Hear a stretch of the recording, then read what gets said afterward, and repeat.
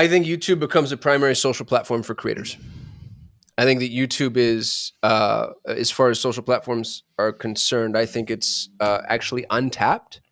Going back to the example we provided for podcasts, the amount of traffic in YouTube versus the number of creators is actually the proportions are in your favor. YouTube's massive.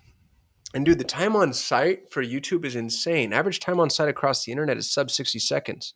Average time on site on YouTube is 20 minutes. It's crazy. Unbelievable. And I actually this is anecdotal, but there's this gal that I follow on Instagram. Her handle is It's Modern Millie. Really brilliant Instagram creator. I followed her when I was trying to figure out how to pop my Instagram, which I never did very well, but she's amazing. She just posted today, ironically. She said, I'm leaving Instagram. There are so many reasons that went into this decision. So for a full explanation, I'd recommend watching my YouTube video. But basically, she goes, I'm investing in YouTube. She goes, YouTube is the only platform that rewards me for promoting other platforms. So I want to go all in there. YouTube actually pays creators. We had 30,000 subscribers at the Solutions at YouTube channel when I sold it. And we were making about $2,500 a month off of that, which that's not nothing, dude. You know, that's great. Depending on where you are geographically, that's you could live off that. And 30,000 subscribers is adjusted for margin of error, an absolute net. We were so niche. Mm-hmm. But I think more people go to YouTube, and I think YouTube ends up being where the genesis of creation starts, because YouTube is the best place to repurpose from. So if you have a podcast, you might as well record a YouTube video and then strip the audio for the podcast. If you're doing TikTok and Instagram Reels, you might as well record a YouTube video and then cut the Reels up. Like YouTube is the best place to begin. Shorts. Yeah. And then YouTube Shorts. That's exactly right. Even long form blogging, offers, webinars, anything that you do to go live. Like YouTube's, I think, the hub to the multiple spokes. And if you're not investing in YouTube, that's where I would recommend people to start to go, especially piggybacking on my original prediction, the collapse of the paid media space.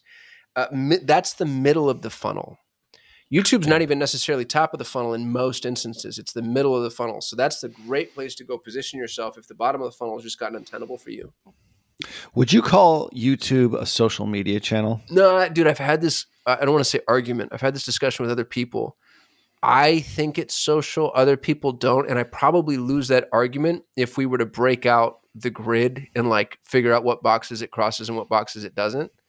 Mm-hmm. But it's social-esque.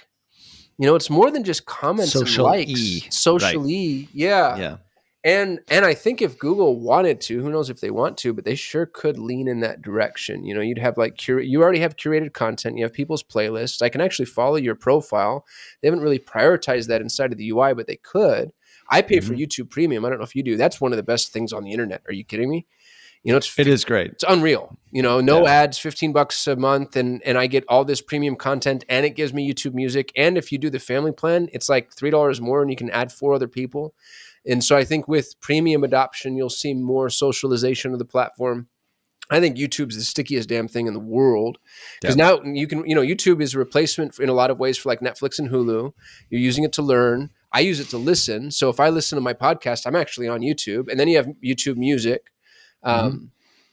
I just think they really cracked the code there, and I think more and more people are going to head in that direction as creators. I think everybody's already watching and listening on YouTube, so I think we're going to see an increase in the creatorship inside of YouTube. I think a prediction that is related, tangential to this, and I see this with my kids, and I also see it with my own behavior, is that I think social media just in general, like how TikTok is now being used, it's being used as a search engine. Yeah.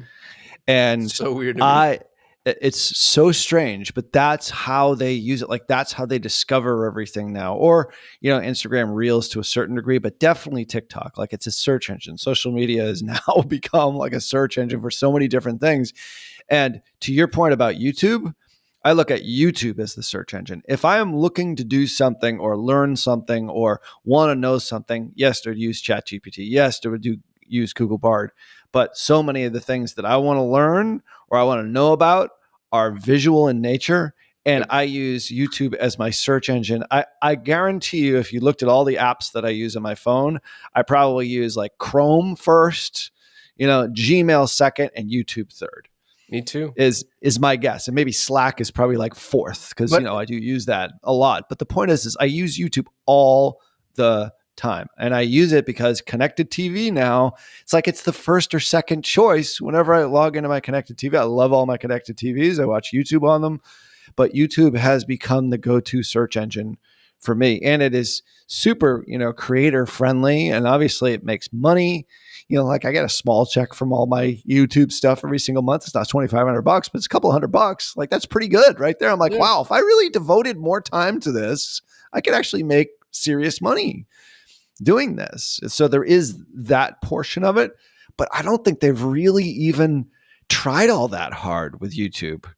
You know what I mean? Like they got the premium service, which I did do for a month, which I loved, but I was like, you know what? I actually like seeing the ads. I'm an ad guy. I know. So I want to. Well, I have multiple Google accounts. So I see the ads in the accounts that I'm not logged into but there are times where I'm like, dude, I just want to listen to my music. If I'm at the gym and I've got my playlist going, I don't want an ad. It breaks my whole cadence, my whole thing. Right. Well, that's where I don't use YouTube for that. I use Spotify for that, but which is absolutely amazing. Yeah. By the way. But dude, even that, like I can't justify the expense of Spotify now that I've got a paid YouTube subscription. I know Spotify is a little bit better at like list building and stuff, but YouTube is just so all encompassing. And I know your point about YouTube being a search engine is spot on. The problem is it's not just that, because search is utilitarian. I go to YouTube to play. Like it's kind of like if I have time on my hands and I just want to kill time, my favorite thing is to go watch like comedy shorts.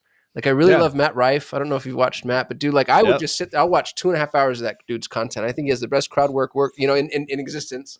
And it's just a fun place to go.